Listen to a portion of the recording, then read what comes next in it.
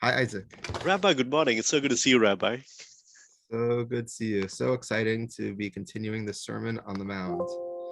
Well, I think we've come long ways from the Sermon. I would want to think we've come long ways from the Sermon on the Mount. We're still on the mound. We're still there. This is still the Okay. sermon, man. Okay, so we are actually still on the section that deals with on anxiety, which is 625 to 34. And while today we're just going to finish the section on anxiety, which is going to be 631 to 634, we're also going to review, I think, the bigger argument around on anxiety, because as you know, a lot of the Sermon on the Mount is broken into pieces, and a lot of them are meant to be read as a whole and individually. You know, for example, when we saw almsgiving versus prayer, Lord's Prayer, you saw how they kind of reference one another. So over here, this is an argument that Jesus is putting forth, and we're going to try to understand what his argument is. You know, he's a lot of times we talk about Jesus being a prophet versus a philosopher versus a carpenter versus a nomad, whatever you want. So over here, I think we're able to see Jesus from a pastoral perspective using both psychology and philosophy. So let's turn to you for 631. Thank you. On that note, I know it's hard for me to equate this with the pastoral aspect of being a rabbi or being a pastor or being a minister because this passage is so bizarre. It's an anxiousness. Human beings by design are just anxious people. And so anyway, so on that note, let's get started. So the Gospel according to Matthew, chapter 6, verse 31 onwards. Therefore, do not be anxious, saying, what shall we eat? Or what shall we drink? Or what shall we wear? For the Gentiles seek after all these things, and your heavenly Father knows that you need them all. But seek first the kingdom of God and his righteousness, and all these things will be added to you. Therefore, do not be anxious about tomorrow, for tomorrow will be anxious for itself. Sufficient for the day is its own trouble.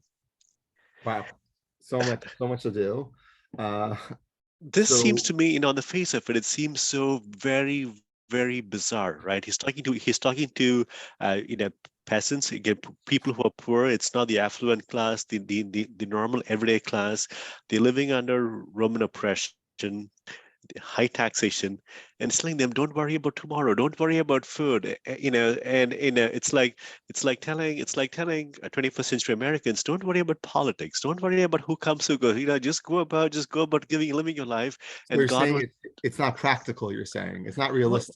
well, I'm not saying it's realistic. I'm not saying it's not realistic. What I'm saying is it's very bizarre. It's so completely out of place, right? For example, if somebody's not feeling well, telling them, hey, don't worry about life, don't worry about living, don't worry about dying. God will take care of all this.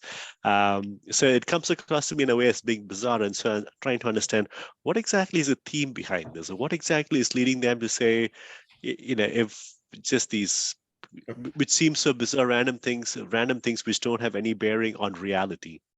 Okay, great question. So let's try to understand the answer to your question. But first, we'll start by noticing in the gospel parallel of Luke 12:22, it actually starts off this section, he said to his disciples. And our section doesn't say he said to his disciples. And I think one of the things that you started by saying you framed this as these were peasants. And it could be the first answer to your question is that this kind of message, don't forget about the luxuries in life, don't worry about food, water, and clothing, is only meant for his disciples. Because I think as a mission driven leader, someone will a lot of times have to give the bigger picture, and the bigger picture is the conclusion that we see already in 634 and 633: strive for the kingdom of heaven and his righteousness, and all these things we give him as well. I think a lot of times as a parent or a teacher, you'll say this to your students: get your homework done. I know you want to watch TV. I know you might busy tonight and you have family stuff. Get your homework done, get the mission done, and don't worry about the other stuff. It doesn't mean the other auxiliary points aren't important. It doesn't mean you shouldn't worry about food and water and clothing. But if you're going to be a mission-driven leader, a lot of times those things have to fall to the wayside. And I think it's harder to hear those things, because if you think of the things that aren't luxuries, the things that are necessities for humankind, these are I think the order generally goes like, gravity and breathing, but it goes water, food, clothing. Those are the things that humans seek out outside of things that they have to seek out. Those are the things. So I think what Jesus is saying here is that it's so important for you to understand that to be mission driven means to be focused on the kingdom of heaven and not even worrying about the things that are not luxuries, the things that are necessities. And I think that's what, like, as you said, maybe this is only a message for disciples versus all the peasants. Maybe this is something that peasants have to hear according to Matthew, but maybe this is something that disciples can only hear according to Luke. Yeah. So, okay, well, Rabbi, thank you for this, right? So, as you noted, these are basic necessities of life, as in what to eat, what to drink, what to wear. Like people, we all need clothes to wear, we all need food to eat, and we need water, something to drink, right? And so To live, these are, yeah, right? to live, right? So these are basic necessities. And so, in a way, are you saying that he's negating this concern towards basic? He definitely is. There's no doubt he is, right? He says it openly. If you just even go back to verse 625, is not life more than food and the body more than clothing? You know, he This says it as clear as possible. Yeah. So this comes across to me as being a summary of Ecclesiastes, of Koheles, right? Where he's saying everything is vain, just fear God. Don't worry about food. I mean, don't your work will come, life will come, everything will come, and 100%. Again, I don't know if I would frame it from an Ecclesiastes perspective, but I definitely would frame it from a eschatological perspective, or from a especially sapiential eschatology, that don't worry about the physical world. The physical world will somewhat take care of itself, and the only thing that matters are the things that you could do to bring about the kingdom of heaven. So which I think, seems which yeah. kind of seems convoluted, right? Because so if you go back to Garden of Eden, what is the commandment God give Adam and Eve? Like tend the garden, take care of the garden, as in do physical work, take care of this, right? And as a means of that, to kind of to both as something, again, it's a way to a basic necessity of life. And so in a way, do you see this as negating or Well, going I think against that's a great the way Garden to, of Eden? right, Isaac, I think that's a great way to frame this, that Jesus's kingdom of heaven and possibly John the Baptist are ones that negate the reality that Adam and Eve set up. Adam and Eve set up a reality of, as you said, pain and birth, and work tilling the field, etc. And this is one where it's saying, like, I know Jesus and John would say, I know the world worked that way until now, but the whole point of the Messiah rising is for the world to no longer that way. If you want to say, as you say, to negate it, to definitely look at that as a past, that no longer the world will continue. It's a change not only in the metaphysical world, but a change in the physical world. Physical I world. think that's accurate. The stories of Adam and Eve are meant to set a groundwork, both physically and psychologically, for how human being can understand their history and their future. And this is a stoppage of that reality. So, okay, well, thank you. From a Jewish perspective, is this in line with some of is what he's saying, is this in line with some of the thinking at that time? Oh, The well, rab, so but great question. The answer is yes and no.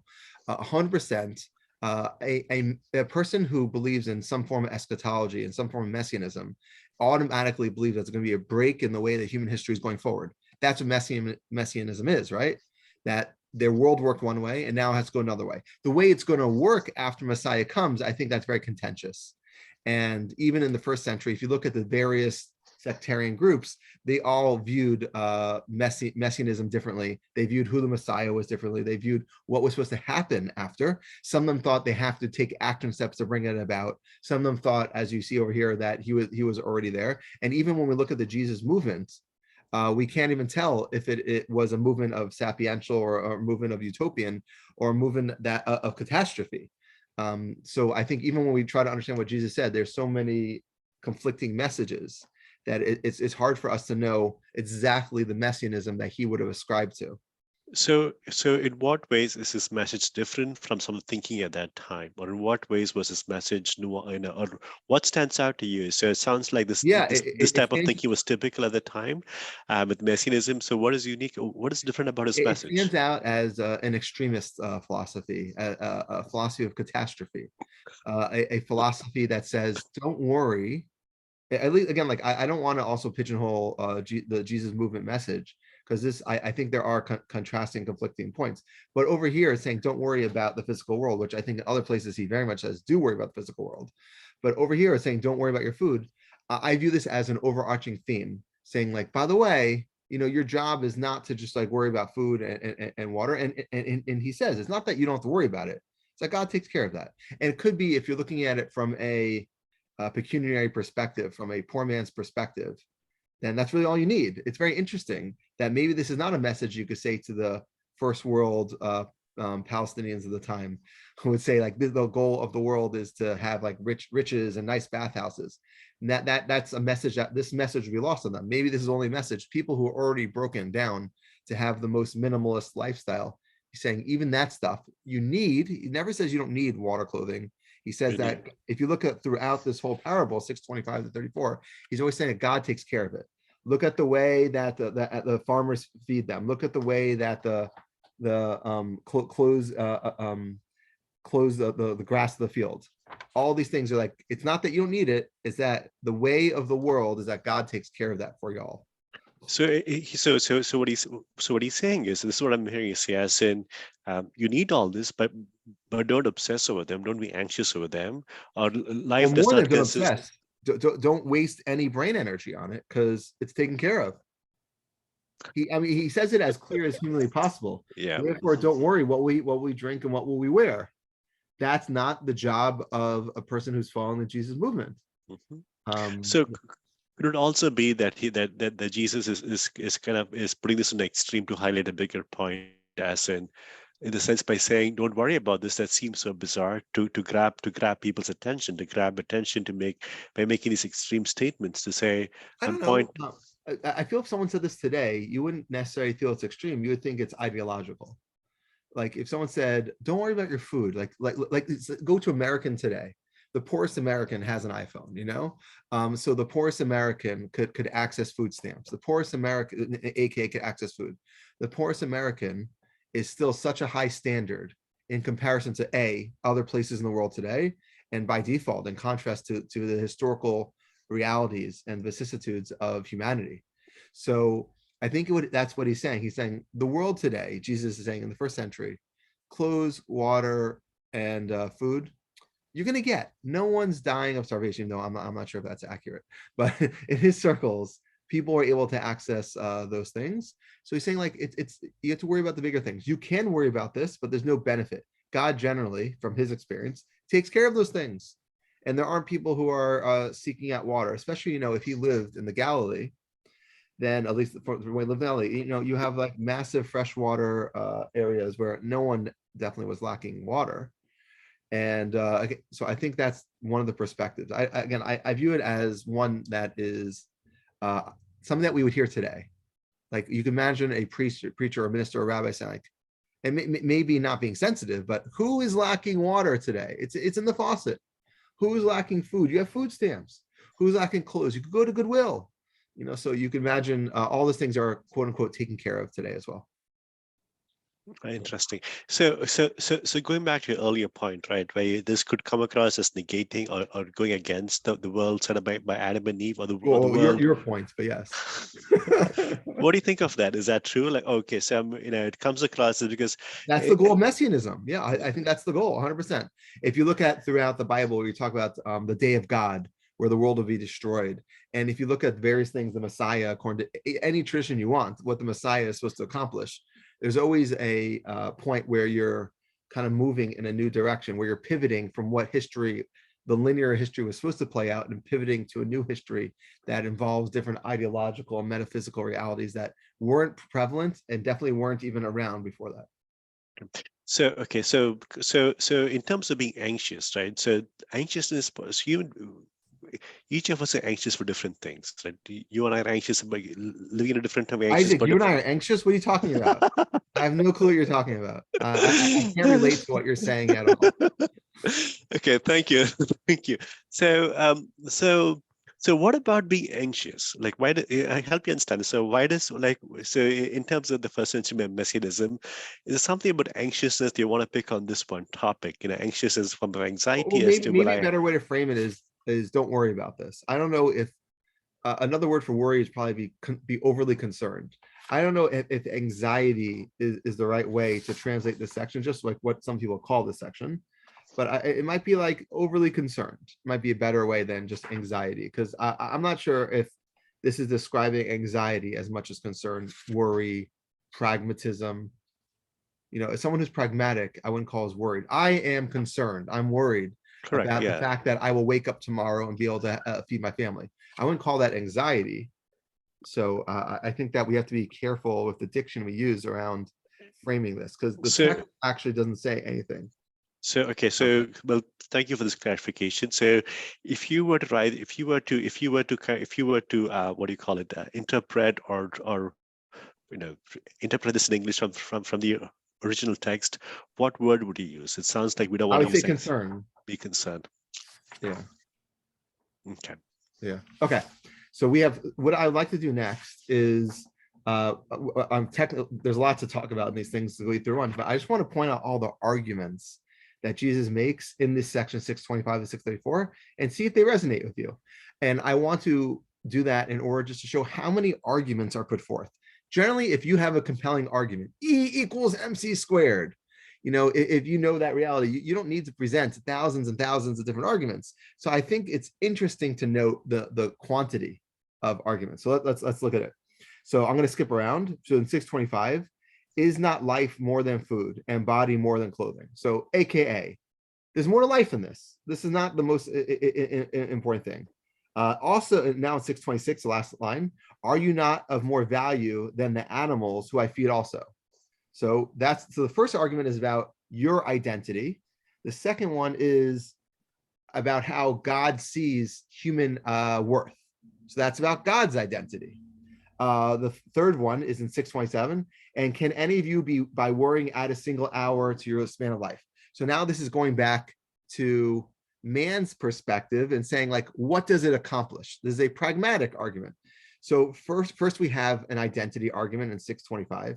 Then we have God's perspective of mankind in 626. Then we have man's psychological reality in 627.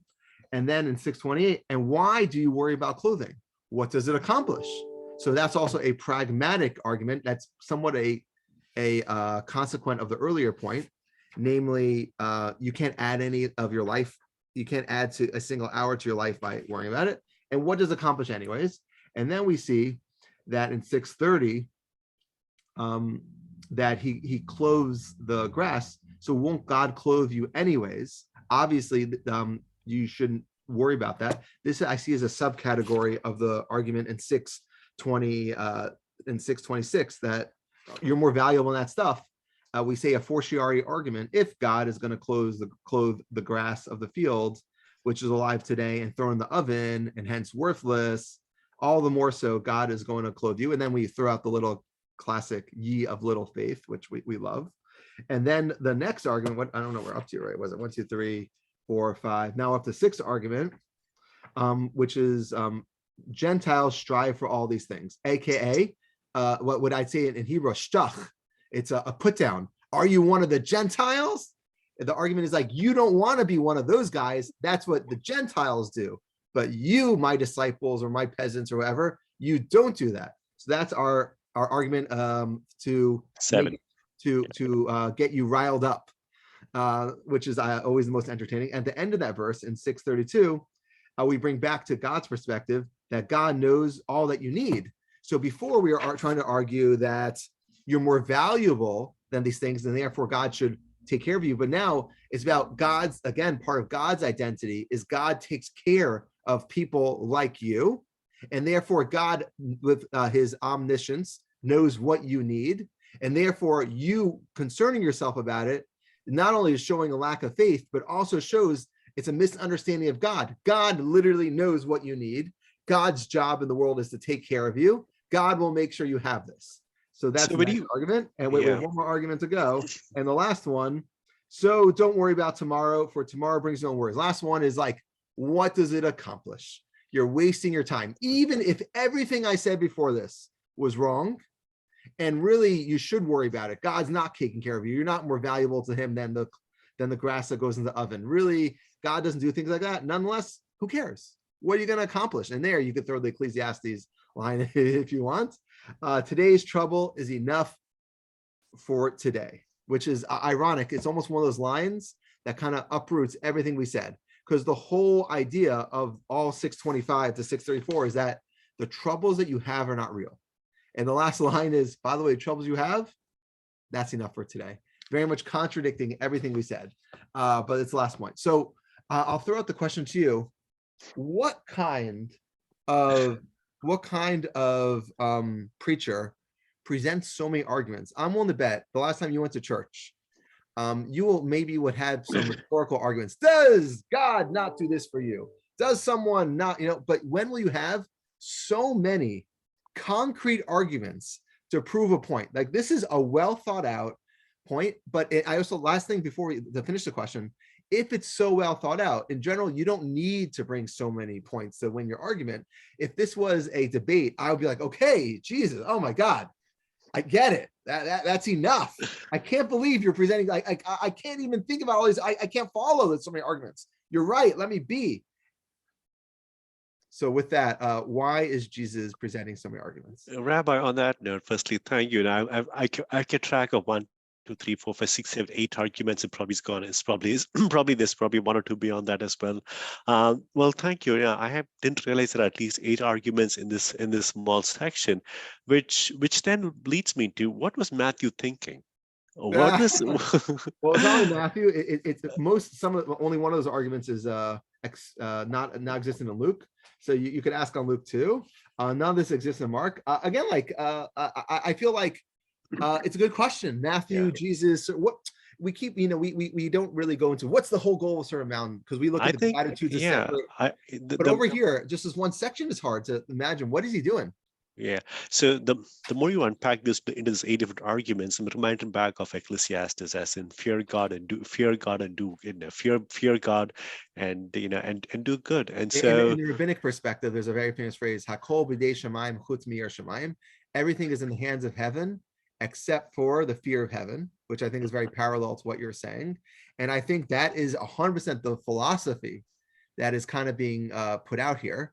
But everything is in the hands of heaven is somewhat I don't know if it's pessimistic or optimistic, depending how you view God's involvement. But over here, it's a little, this argument of from the Sermon on the Mount is a little past that.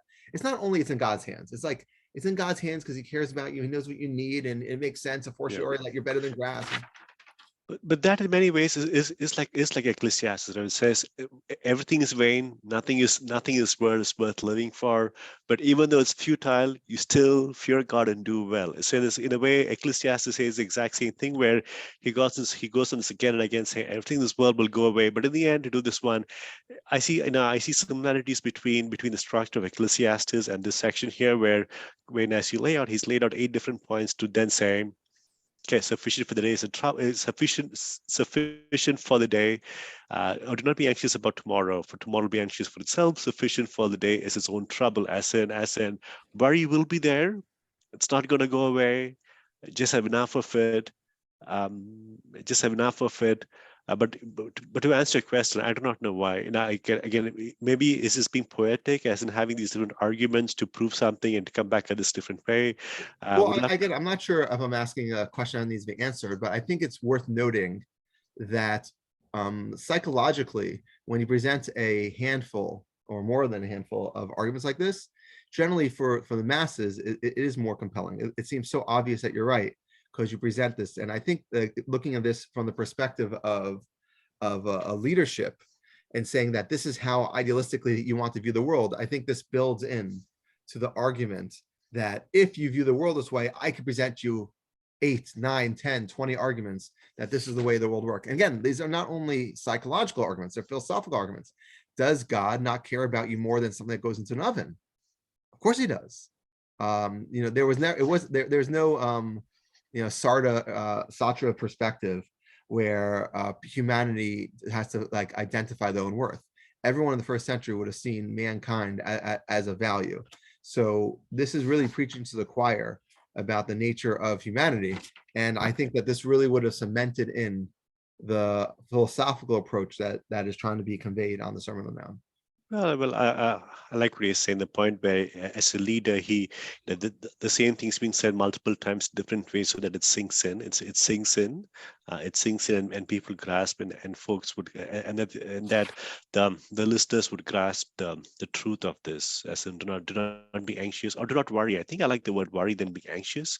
Do not worry about tomorrow, and for tomorrow can have its own self. But still, in a way, right? It seems so cruel to say this one, because I'm healthy, mostly healthy, have a job, have food to eat. If I didn't have food to eat and didn't have all this, and then saying this one would seem so very, very bizarre. And so, or I do not know how one would respond to this if somebody is in a different circumstance where, you know, health and food and water and clothing, all these, as you noted, are required. And so, um, I feel like, to your point, maybe because he's pointing to different reality, or to different view of the world.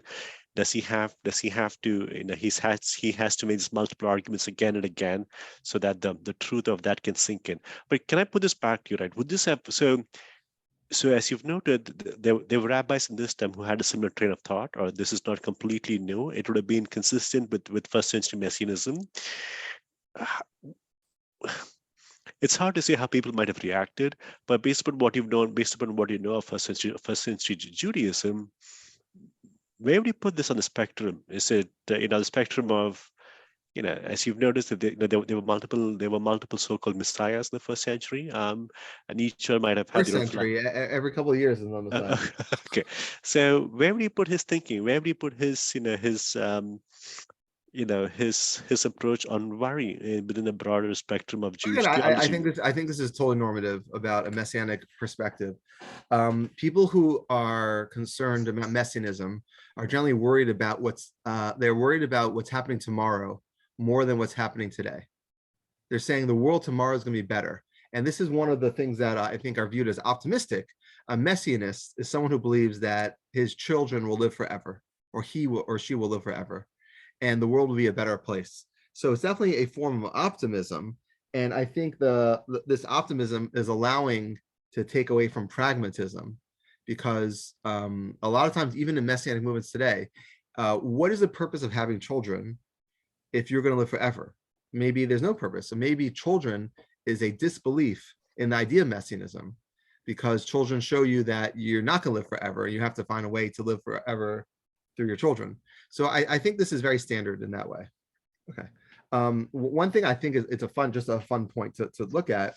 I think that we're always wondering when we read verses like when we talk about in 620 and 632, for the Gentiles to strive for all these things. So I just want to note that it's really interesting to see Gentiles are portrayed negatively again. Yeah. If you look in 6:7, where we talked about the section on Sermon on the Mount about prayer, and 6:7 says, when you're praying, do not heap up empty phrases as the Gentiles do, for they think that they will be heard because of their many words. It's very clear that we have a very skewed perspective because of Paul. Jesus doesn't seem to think very highly of the Gentiles. It's unclear if Gentile, because though he does see, Jesus does talk about holy Gentiles, right? His Gentiles are the ones who are heaping empty praises. How many people are heaping empty praises? That's a lot. Most people don't even heap at all. So they heaping empty praises. So they are praying, aka. And over here we see that they strive for all these things: water, food, and clothing. So it's unclear if he means like a holy, if he's talking about other Jews when he talks about Gentiles, he's talking people who are not his disciples, if he's just talking about not disciples themselves. What's interesting though, I think because we have Pauline Christianity, messing up our minds, what we see is that when we read this, we don't want to believe that Jesus would say anything negative in any way about Gentiles.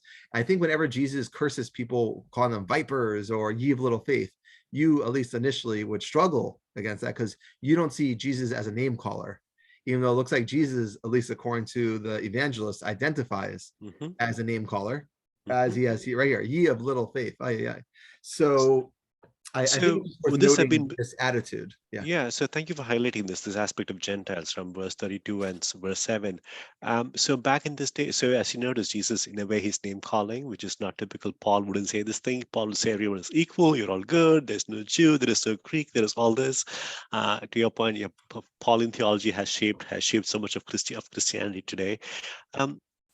would this have been bizarre, this type of thinking, to say don't look at them? In a way, it looks like he's a bit exclusivistic, as in my group, my people, my way of thinking, the people who believe in me, or people who are in this particular way of life. So I take it his audience were mainly Jewish.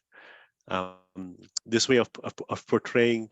So when he meets Gentiles here, is it mainly the Romans, or was it also other groups of people? Like when they use the word Gentiles in the section, could this only mean could this mean the Romans, or could this also mean other people who lived in Palestine? I think in general, you don't know. It could be any group. But again, it's just interesting. Whenever you try to define who the other is, it's rather unclear. My point is that when we look at the other, it's definitely different than how Christians would see it today. So which raises a question: can one be name calling and still be loving? So because as a Christian, I look at this and say that Jesus is love, right? So that's my from a Christian, as a Christian perspective, that's how I view this one, as in he is God incarnate, he is love. And then I see also these forms of name calling, which then tells me, is it possible to both reconcile his concept of his embodiment of love and his the so-called name calling and what it means? Now I want I'm gonna say, first of all, like it could be name calling was viewed differently then, right? But it could be not. One of the things that we see when we look in Talmudic studies, the difference between the Palestinian Talmud versus the Babylonian Talmud is name calling. Yeah. The Babylonians name call and say violent things all the time, most likely because that was part of their culture to speak in that way. Where the Palestinian, the Jerusalem Talmud, when it speaks, it doesn't name call at such a level because it would have been taken more seriously. And I think that's a very common theme between the two Talmuds. Okay. Another thing I would like to bring up, and it might feel like a tangent, in our last 5 minutes, but one of the things that is always a hotly debated topic that we see in St. Thomas Aquinas, but more shows up in Arabic philosophy and then Jewish philosophy, is God's knowledge of particulars. And what that means is that God knows exactly what's happening in any individual thing. So there's a very famous conversation or debate about this amongst Muslim philosophers, that I would say Avicenna versus Averroes would argue it out about God's knowledge of particulars. Does he know things in a universal way, or is it that God knows things specifically happens to man? And it's very interesting. Part of the argument that we see over here is that, but if God so clothes the grass of the field, which is alive today and tomorrow is thrown up, will he not much more clothe you, ye of little faith? I think also on top of the philosophical argument that human beings are important, it's also kind of putting forth the point that God cares about the particulars and has knowledge about the particulars of mankind in the physical world. And I think that's probably obvious for a Christian. And I think it's obvious in the first century. But I think a lot of times when you start talking about in the bigger span of the world, how should God know things? I think over here, this is a really great case study about God really taking knowledge of the particulars and focusing on those things and kind of reacting. And I think it's a very Christian perspective that we also see here. So thank you, Rabbi. On that note, I want to say thank you for being Jewish. Thank you for bringing Jewish. Thank you for bringing No Jewish. problem. I'm really good at it. So help me understand this, right? So when you look at scripture, when you look at the Gospel of Matthew, this section we read, how has this shaped or how has this cemented your Jewish beliefs? So when I look at this, it's some of my Christian beliefs because I want to read some of my Christian theology. This I'm intrigued from your perspective as a Jew, and from the Jewish faith as you read this one. In what ways does it cement or clarify or or help you understand or help you or clarify your Jewish faith or cement it? This for me, it doesn't. Because this seems so bizarre that you'd want to hold that so my point is, I'm not saying so we all look at this through the lens of our faith. I look at this one from a Pauline view, and so certain things about this stand out to me in different ways. So I'm intrigued from your perspective as a Jew, when you read this, when you look at these verses. So I got nothing. oh, that's good. Yeah. Okay. The last thing, because I think we have like 3 minutes left. The last thing I just want to look at is in 6:33. But strive for the kingdom of heaven and his righteousness, and all these things will be given to you as well. So it's unclear what it means, and be given all these things will be given to you as well. It sounds like as long as you are seeking out the kingdom of heaven, you get all these things automatically. But what's interesting is we look at the Lukean parallel, which is in 5:30, I think. It says in verse 30, for it is the nations of the world that strive after all these things, and your Father knows that you need them, which is the last one. And then instead strive for his kingdom, and all these things will be given to you as well. So it's very, very similar, right? It sounds like that this is very concrete, in that the only thing that Luke changes is that you're striving for his kingdom, where in Matthew it just says strive for the kingdom. So it sounds like it's almost that there's this automatic reward, and it really opens up the conversation of what we'd say in Judaism called lishma versus lo lishma, doing it for its own sake, doing it not for its own sake. It sounds like if I ask you, if I should ask you, Isaac, why should you seek the kingdom of heaven? There's a lot of answers, right? One answer could be truth. I seek truth, and that's the truth of the world, and I'm an honest person. Another reason, though, it sounds like, is what we'll again in Judaism called the lo lishma approach, not for its own sake. It sounds like if you seek the kingdom of heaven, it's an empowering thing. It's self-beneficial. It's not truth or not truth. It's that over here, so all these things will be given to you as well.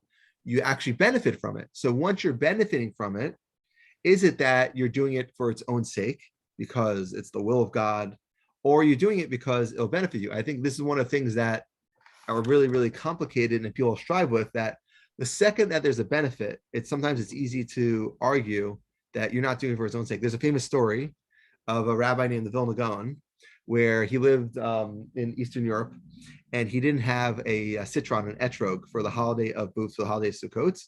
And one of them came to one citron came to town, and he said, I would like to do the commandment of shaking the citron on the holiday of Booths, on the holiday of Sukkot, but I'll give you the reward for me shaking it. And the reward of me, such a holy person, should be very valuable to you. So the person gave it to him and let him shake his citron, and the person who gave him the citron got the reward. And as the story goes, the Vilna Gaon, this person said, this is the first time in my life I could ever be sure, because I gave away the reward, that I did something for the right reason. And a lot of times reward is something that's very, very complicated, in that it skews our perspective. So if you know, let's say you're a Jehovah's Witness, and you know you're one of the 144,000 who are live for all eternity, it's very self-beneficial. So is it really something that has inherent value or not? And I think this is something that a religious person would have to contest with in general. And I think it comes out of the 633 as well. Yeah, I'm reminded of a quote from Rabbi Sachs. He speaks on the ethical structure of reality, and so as in reality has an ethical structure, and so in a way could also be framed as in, this is a world you live in, this is reality as it is, and so you do this for your own benefit. And your point, if you view this a benefit to it, definitely a good way to look at it. Yeah, if you have a benefit to it, it creates further incentives to work on this. Okay, Isaac, thank you so much. I think Rabbi, thank you. Blessed be he. Have a great day. Thank you. Have a great day. Goodbye.